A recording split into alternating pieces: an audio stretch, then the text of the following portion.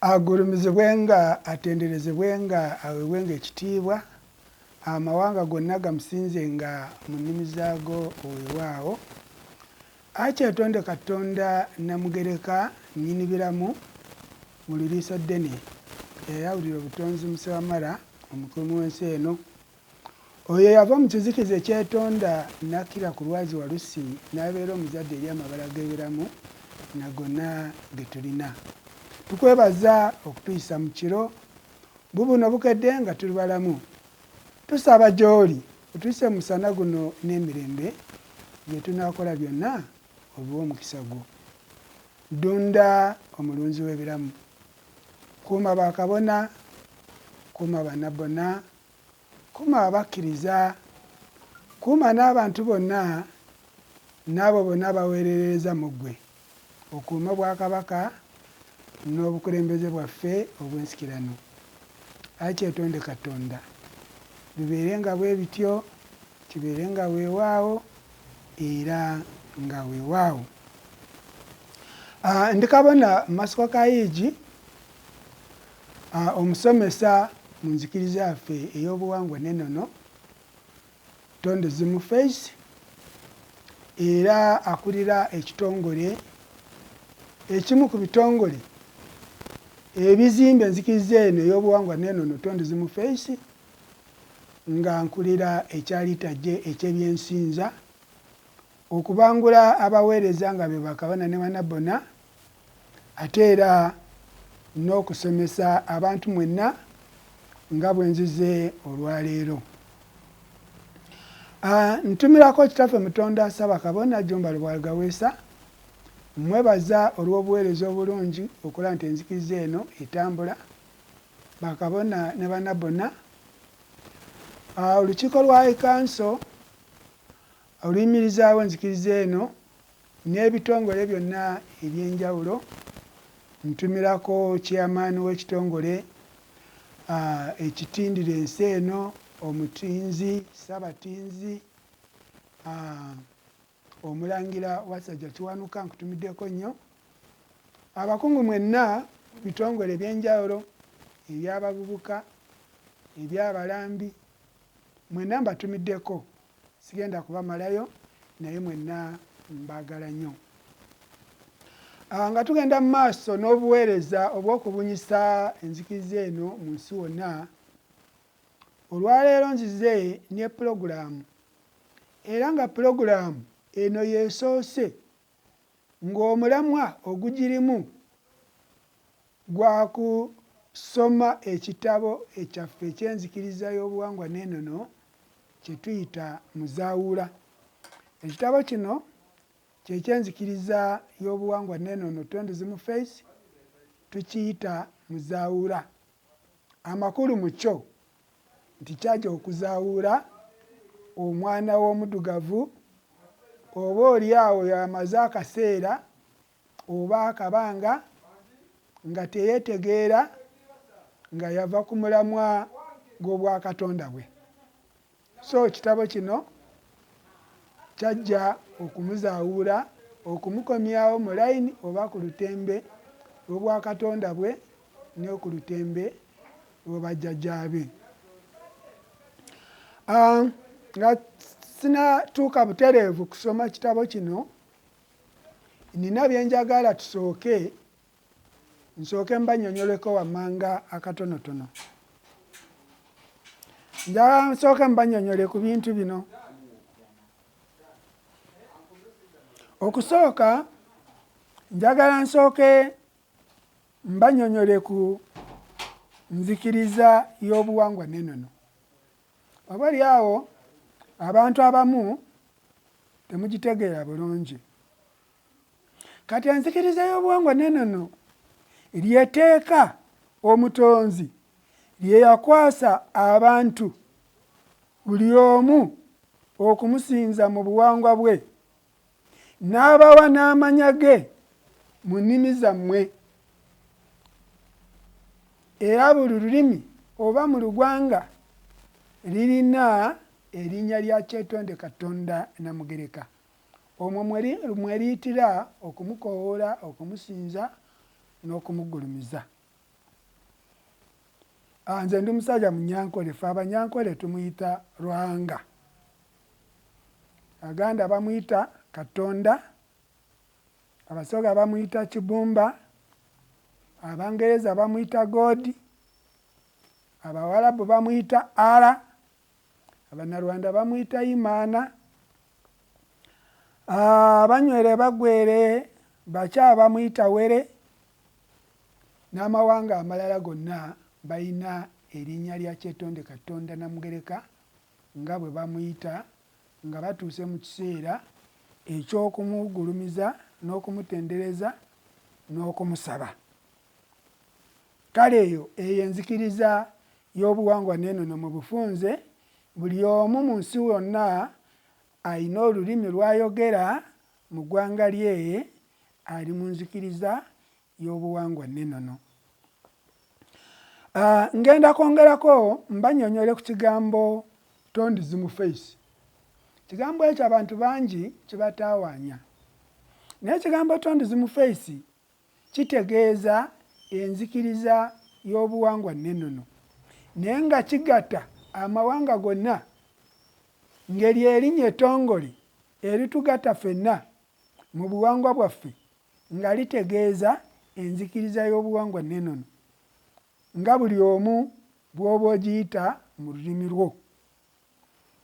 Kati ffe Omuganda giyita enzikiriza y'obuwangwa n'ennono. Nze ndi musajja Munyankole, ngiyita enyikiriza y'obuwangwa n'obukomooko. Kati n'omulala bw'agiyita.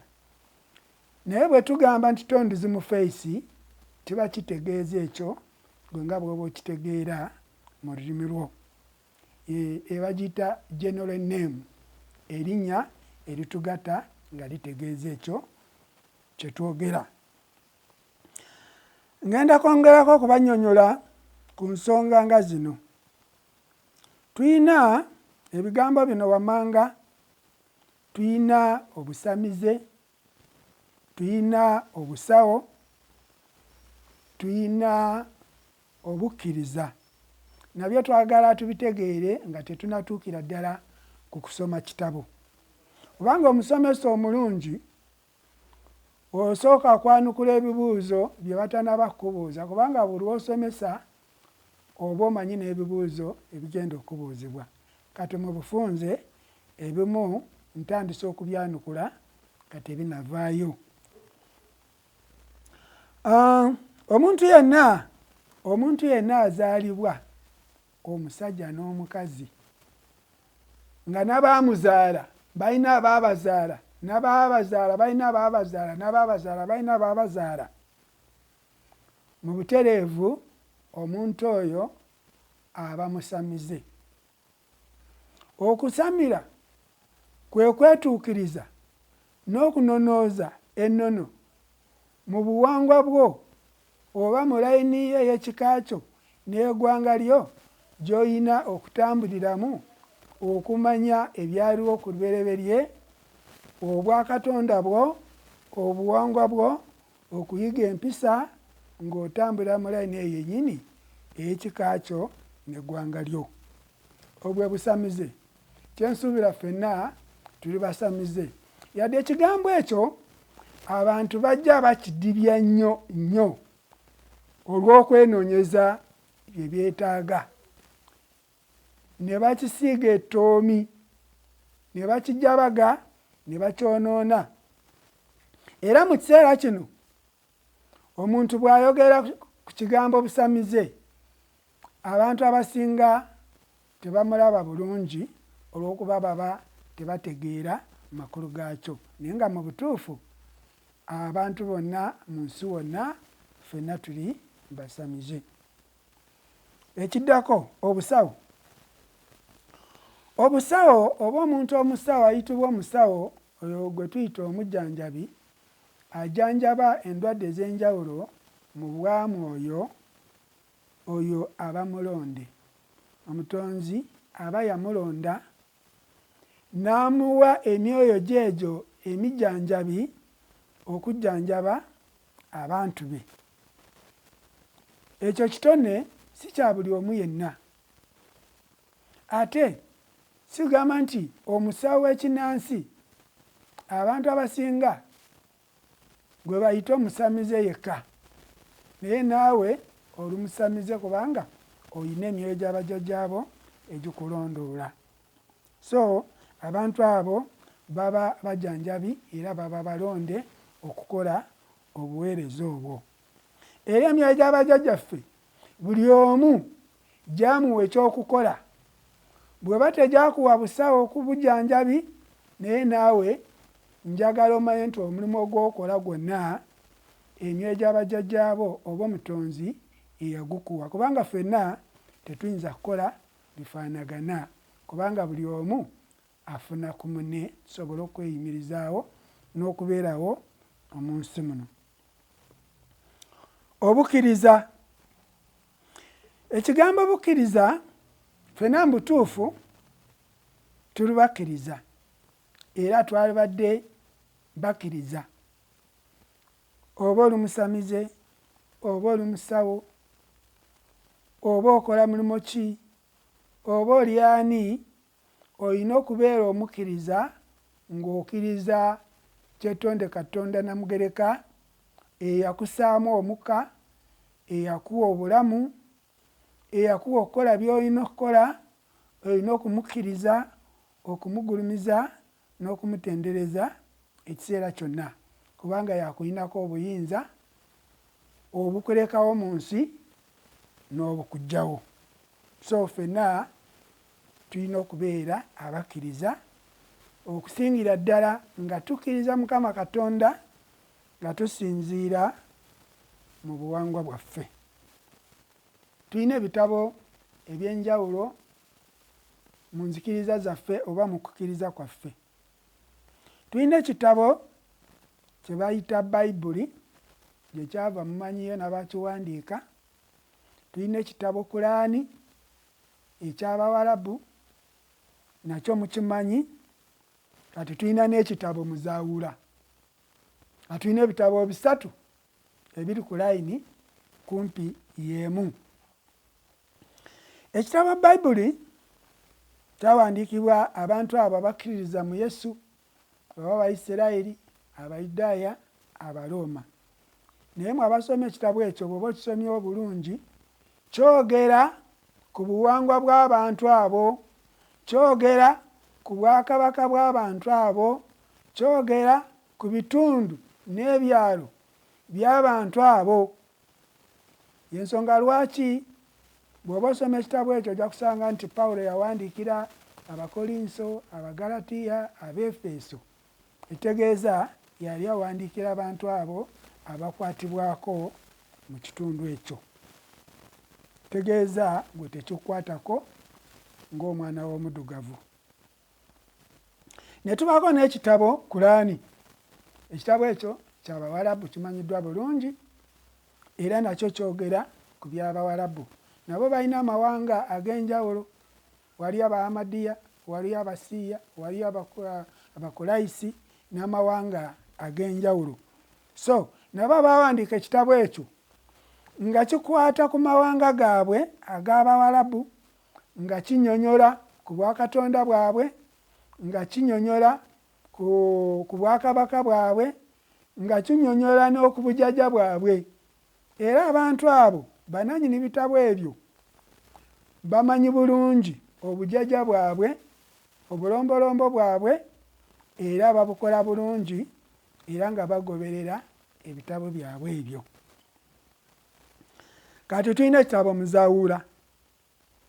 Ekitabo Muzaawula kye kyaffe eky'omwana w'omuddugavu eky'enzikiriza y'obuwangwa n'ennono. Nga bwe tugenda okukisoma mugenda kulaba nti ekitabo ekyo kye kyaffe.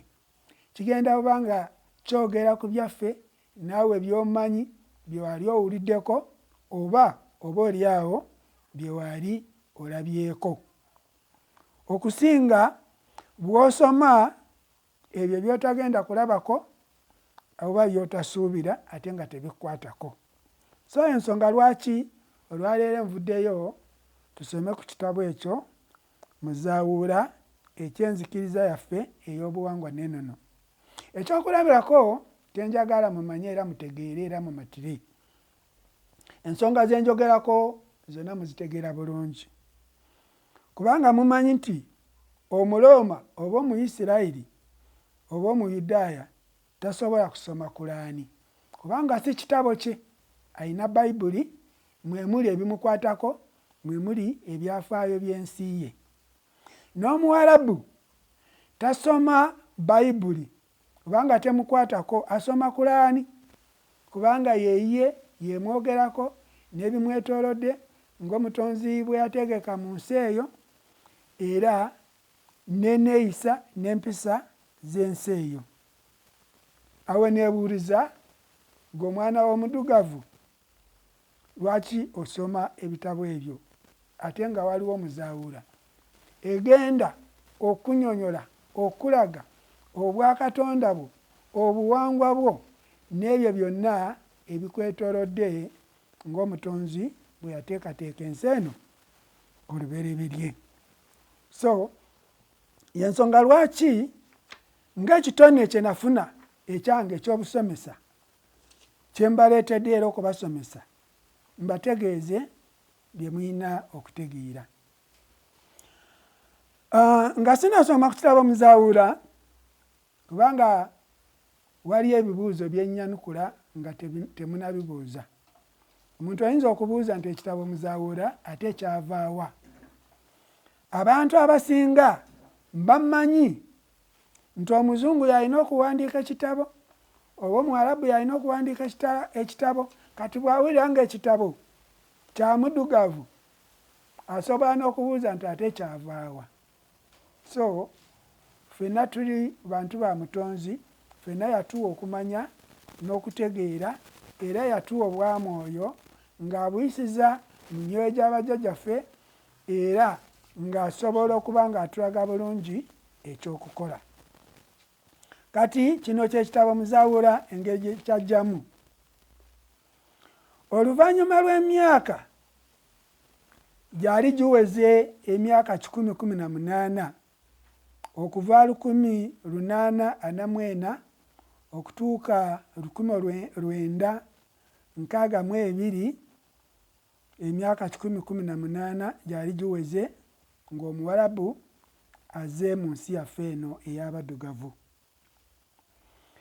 Ne wawera emyaka 85 okuva 1877 okutuuka 1962 ng'Omungereza naye atuuse mu nsi yaffe eno Afirika oba Uganda era nga baleese enzikiriza zaabwe. Ne tufuna n'emyaka 83 okuva 1879 okutuuka 1962 nga n'Omulooma naye atuuse n'eddiini ye ey'Ekirooma. Naye mu kiseera ekyo 1962 Omutonzi omanyi bwe yatutonda era nga bw'atutegeera nga bw'atumanyi, yalaba nga waliwo okunyigirizibwa okwaliwo okw'amaanyi abantu abo kwe batutuusaako.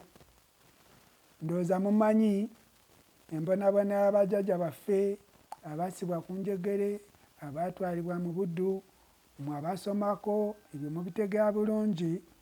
Kale Omutonzi bwe yalabira ddala nti abantu abo tebatuyisiza bulungi ng'abantu be, Omutonzi n'akomyawo ekisa kye n'okusaasira, n'atandika okusitula embeera z'omwana w'omuddugavu, n'atandikira ku jjajjaffe Ssaabakabona waffe omubereberye Ssebyayi Kyabangi mu mwaka 1962 n'atandika okumwolesa ekyokukola, n'atandika okumuwa ebigambo, okumwolesa, okumubonekera mu buli mbeera zonna, n'atandika okussa ebigambo bye ng'Omutonzi ng'abiyisiza mu jjajjaffe oyo Ssebyayi Kyabangi. ebigambo ebyo mwe muli essaala. Mu kitabo kyaffe kino Muzaawula tulinamu essaala ze tusaba eziwerera nga 42 zonna zakka okuva ow'omutonzi. N'ebigambo byonna ebinnyonnyola ku butonzi, ku bwakatonda bwaffe, ebinnyonnyola ku lubereberye, ensi nga bwe yabeerawo, nga bwe mugenda okubiraba sigenda kubigendako nnyo, byonna byayitira ku jjajjaffe oyo Ssebyayi Kyabangi. Kati awo enzikiriza y'obuwangwa n'ennono n'etandika okuddawo buto okusituka. Kubanga abantu abo bensomyeko waggulu nga tebanatuuka bajjajjaffe baasinzanga era baali bamanyi omutonzi waabwe, nga bwe nkubuulidde nti buli lulimi omutonzi yaluwa erinnya lye mwe linaayitiranga okumugulumiza n'okumusinza. Ekitegeeza nti amannya ago gaaliwo, Luwanga twali tumumanyi, Katonda twali tumumanyi, Kibumba twali tumumanyi era bajjajjaffe baasinzanga. Naye lw'okuba nti abantu abo balina ebigendererwa ebyabo ebitali bya bwa mwoyo okunyigiriza omwana w'omuddugavu, omutonzi n'asalawo n'addawo n'asitula enzikiriza y'obuwangwa n'ennono. Okuva olwo jjajjaffe Ssebyayi Kyabangi yasitula enzikiriza eno ey'obuwangwa n'ennono, omutonzi yamwolesa, ne bakabona abalala bangi abagenda bamwegatako mu bw'omwoyo nga boolesebwa ne bafuna ebigambo bye mugenda okuwulira olwaleero mu kitabo kyaffe Muzaawula. So njagala mbategeeze ekitabo Muzaawula tekiriimu magezi ga muntu, tekiriimu biyiiye, kitabo kya bwamwoyo era kitabo kya mutonzi. Ekitabo kino Muzaawula, ebigambo ebyo nga bimaze okuteekateekebwa obulungi bakabona abantu baffe ab'obwamwoyo, omutonzi nga bw'ajja atulonda okutukozesa emirimu gye. Mu mwaka ogw'2020 ekitabo ekyo kyateekateekebwa bulungi era ne kifulumizibwa ekitongole kino kyenkulembera ekya Litage oba Liturgical Commission ekiteekateeka ebyensinza n'ensomesa mu nzikiriza eno ey'obuwangwa n'ennono. Mu kiseera ekyo omwaka 2020 twalinawo chairmani w'ekitongole ekyo eyaliwo yawummula, Kabona Wamala Mbago Katiba.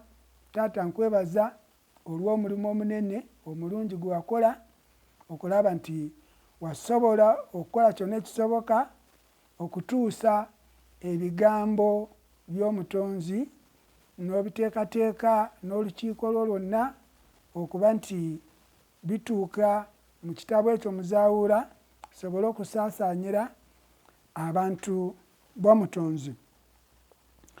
Mu kiseera ekyo nali musomesa era nga bwe mbasomesa mu kitongole kino era nakati nkyasomesa emyaka 5 nsomesa era nasumbuusibwa oba nakuzibwa chairmani munnange oyo nga amaze okuwummula nempeebwa obwa chairmani obw'ekitongole ekya Liturgical Commission ekikulira ebyensinza nga bwenjogerera nze chairmani wakyo Kabona Amasiko KAHIGYI ate era nga nsomesa abantu b'omutonzi.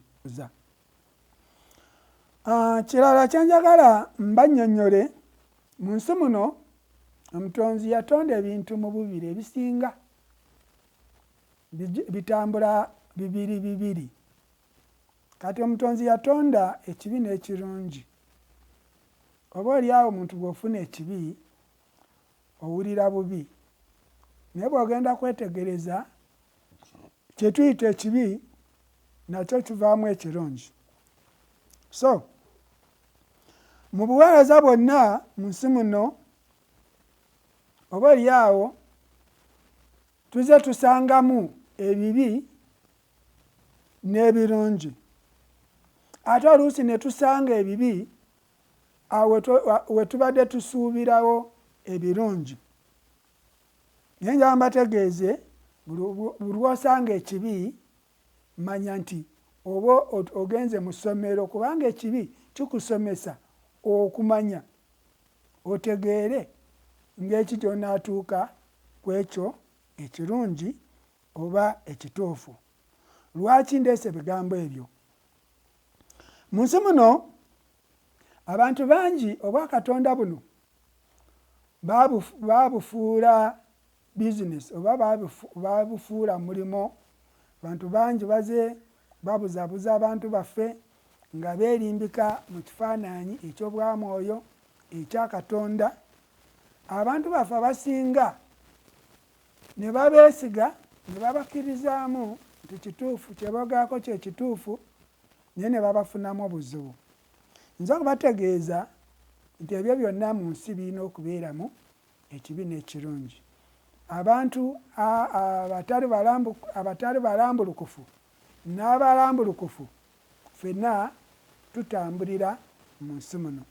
Naye bw'oba osookedde ku atali mulambulukufu, awo omutonzi aba yakusindiseeyo osobole okusoma oyawule ekibi n'ekirungi, naye ojja kutuuka ku mulambulukufu ate osobole okufuna kyeweetaaga. So abantu abo tebali mu bwamwoyo bwokka, tebali mu bwa Katonda bwokka. Ebitongole eby'enjawulo byonna osangamu abantu abatuufu n'abatali batuufu. N'olw'ensonga eyo mwe batera okuwuliriza ebigambo byaffe eby'obwamwoyo eby'enzikiriza y'obuwangwa n'ennono, okusinziira mu nzikiriza ya Tonduzi mu Face, oba oliawo na bonna abakkiriza mu buwangwa. Bw'osangayo omuntu yenna nga si mutuufu, manya nti ojja kutuuka ku mutuufu oba okyali mu kusoma.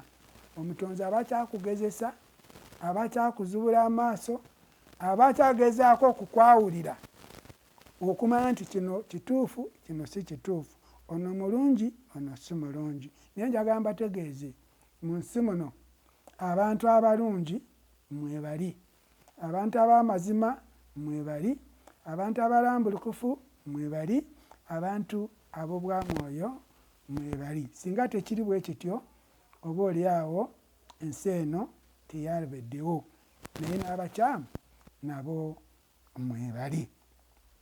Weewaawo kyensemba nakyo nga ngenda kusoma ku kitabo, waliwo abantu abalina enjogera egamba nti ab'enzikiriza y'obuwangwa n'ennono tetwagala bazungu.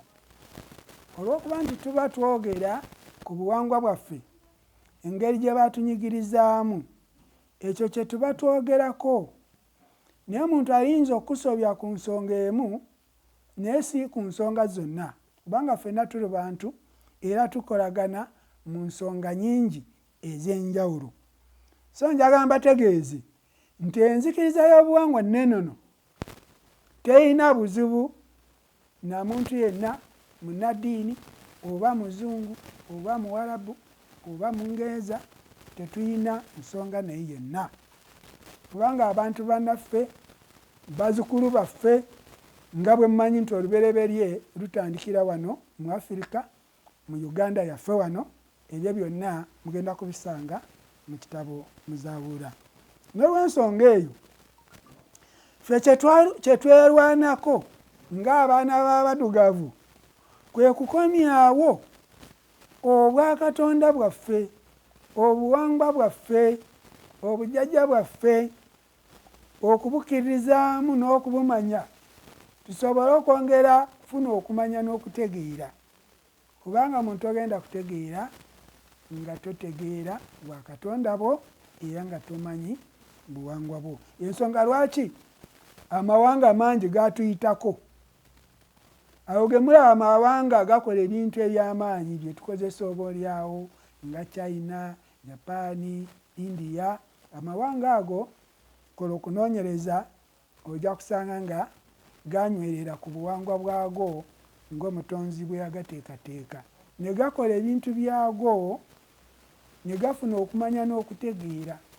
Kubanga okumanya n'okutegeera Omutonzi akuyisiza mu myoyo gy'obujjajjaabwo singa oba obutegedde noweetuukiriza mu ngeri yonna gy'olina okwetuukirizaamu. Mu kigambo kiri kye tuyita okusamira ekitegeeza okwetuukiriza. Tegeeza abantu abo bagezaako okusamira obuwangwa bwabwe n'okwetuukiriza, Omutonzi n'ayongera okubasiza okumanya n'okutegeera, kubanga tosobola kukola kintu kyonna ekibadde tekiriiwo gwe n'okikola n'okiteekawo nga toyina kumanyisibwa kwa Mutonzi. Era ng'Omutonzi ayitira mu myoyo egyo egy'obujjajjaabo. Naye bwe giba gijja okukulondoola n'okuwa okumanya n'okutegeera, gwe n'ogigobaganya nga bwe bakusomesa, kitegeeza nti n'okumanya kwo kujja kusigala tekuliiwo. Tugende mu maaso. Ng'amaze okubanyonnyola ku nsonga ezo nga bwe muziwulidde, genda ku kitabo Obutereevu kubanga gwe mulamwa omukulu ogwandeese.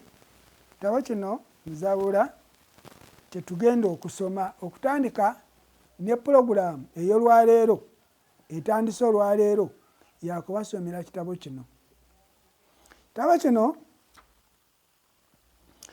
ngenda kutandika n'ebyo ebirimu, oba ngiyite ennambiko oba contents, oba oli awo wanaabaawo ekinaakukwata omubabiro n'ogamba nti singa no asomedde ku kino, naye njagadde nsooke byonna nkusomere contents oba ennambiko ebiri mu kitabo kino Muzawula, n'oluvannyuma ngende nga ntandikira ku kisooka n'ekiddako n'enyanjula yonna, kubanga kyenjagala kyekyo tube nga tutegeera obwakatonda bwaffe.